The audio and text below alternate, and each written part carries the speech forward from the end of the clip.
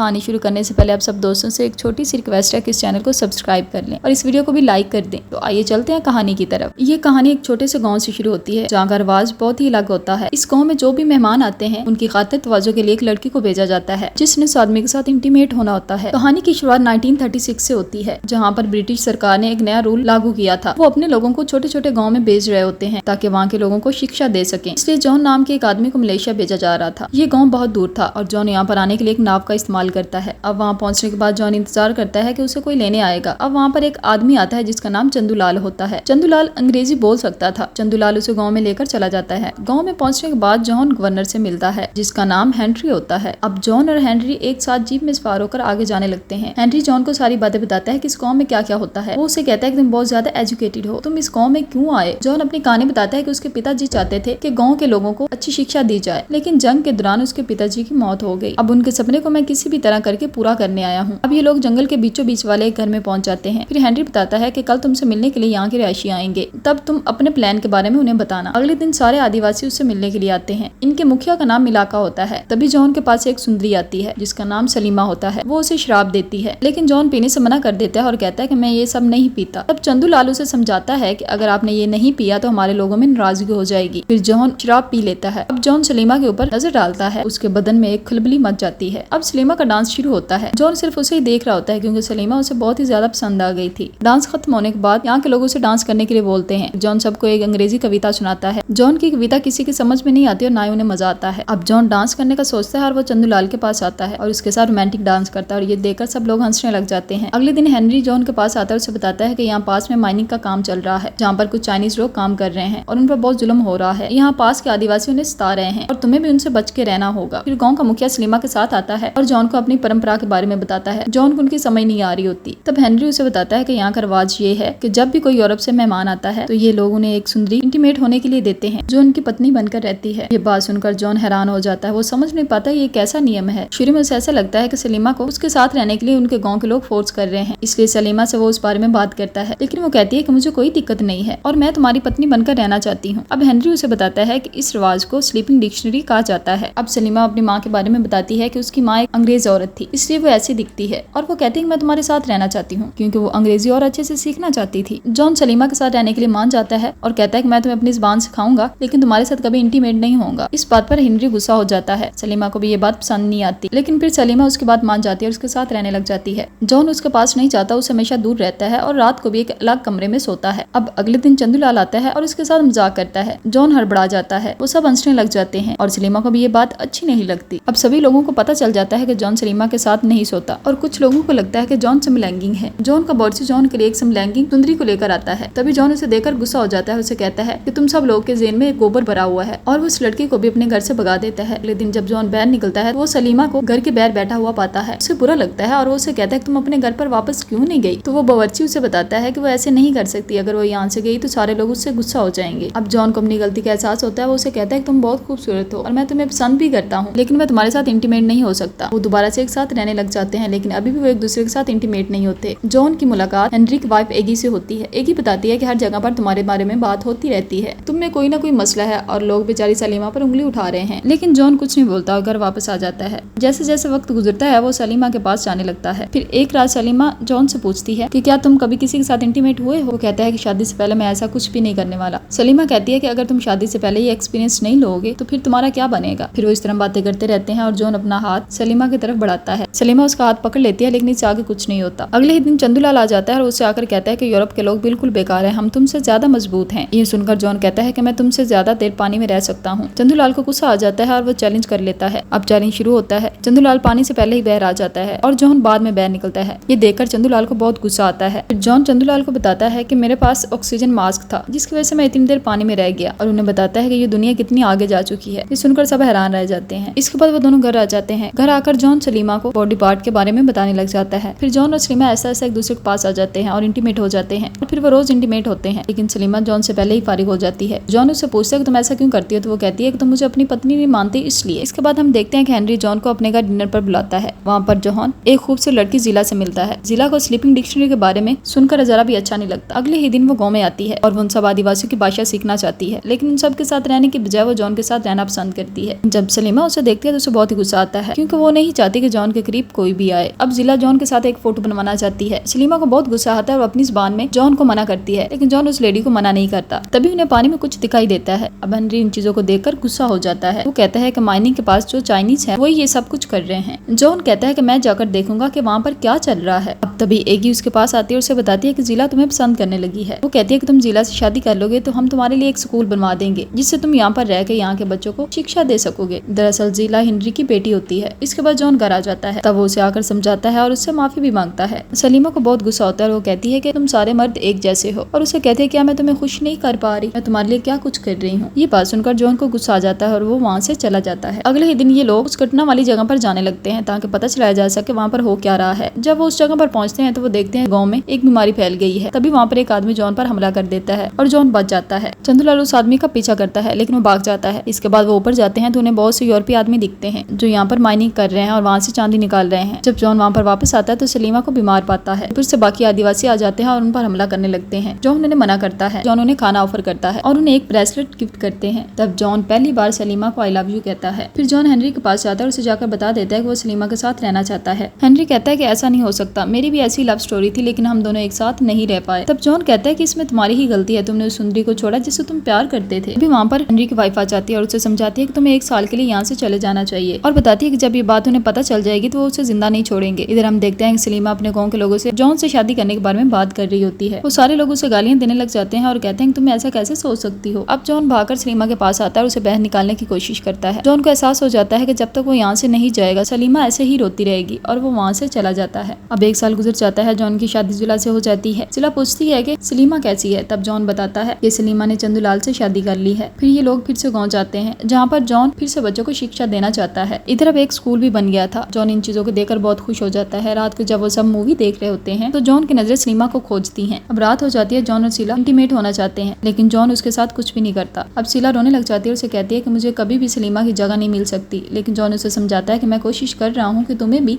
सलीमा जैसा ही प्यार दे सकूं। तब शीला बताती है कि बावर्ची भी उसे पसंद नहीं करता। अब जॉन बावर्ची को लेकर एक ऑफिसर के पास जाता है जिसका नाम नेविल होता है। बावर्ची नेविल के लिए खाना बनाएगा। तभी जॉन देखता है कि उसकी स्लीपिंग डिक्शनरी को चोट आई होती है। इसका नाम डिपोक होता है और जॉन को ये बात बुरी लगती है। तब नेविल कहता है कि अगर तुम सलीमा से प्यार नहीं करते तो उसका हाल ऐसा नहीं होता, और जिला से तुमने शादी नहीं की होती तो अब तक मेरी पत्नी होती। इधर हेनरी की बीवी अपनी बेटी को समझा रही होती है कि अगर जॉन तुमसे प्यार नहीं करता तो तुम उसके साथ रहना बंद कर दो। तभी जॉन इन सब बातों को सुन लेता है और एमी के सामने जिला को किस करता है। एक दिन जब जॉन काम पर जाता है तो वो सलीमा को देखता है। उसके हाथ में उसका बच्चा होता है और चंदूलाल उसके साथ होता है। उस बच्चे की आंखें नीली होती हैं और वो बिल्कुल गोरा होता है। जॉन जान जाता है कि ये उसी का बच्चा है। तभी वो बावर्ची के पास जाता है और उससे पूछता है तो वो उसे बताता है कि ये तुम्हारा ही बच्चा है। उसका नाम मंदार है। तभी जॉन सलीमा से मिलने के लिए एक प्लान बनाता है। जॉन बावर्ची से कहता है कि तुम डिपोक से कहना कि मुझे सलीमा से मिलने के लिए उसकी हेल्प चाहिए। प्लान के हिसाब से रात को सलीमा जॉन से मिलने के लिए आती है। वो जॉन को देखकर भागने लगती है लेकिन जॉन उसे रोक लेता है। जॉन पहली बार अपने बच्चे को देखता है और उसे अपनी गोद में लेता है। अगले दिन जॉन अपने बेटे के लिए एक खिलौना बनाता है। एमी ये देखकर खुश हो जाती है। उसे लगता है कि उसकी बेटी माँ बनने वाली है, लेकिन जॉन उसे बताता है कि जिला माँ बनने वाली नहीं है। अगले दिन वो उस खिलौने को लेकर अपने बच्चे के पास जाता है और ये चंदूलाल भी देख लेता है और रात को वो जॉन के पास आता है और उसे जख्मी कर देता है। हेनरी जॉन को सलीमा से मिलने के लिए मना करता है और उसे बताता है कि मैंने भी ऐसा ही किया था और सलीमा मेरी बेटी है, तुम उसे भूल जाओ। अगले दिन चंदूलाल को सजा मिलनी होती है। जॉन कोशिश करता है कि उसे माफ कर दिया जाए लेकिन चंदूलाल अपनी सजा कबूल कर लेता है। अब जॉन उस फैसले को अगले दिन के लिए टाल देता है। रात को सलीमा उसके पास आती है और उसे कहती है कि वो कैसे भी करके चंदूलाल को बचा ले। इधर जिला ये सब दूर से देख लेती है।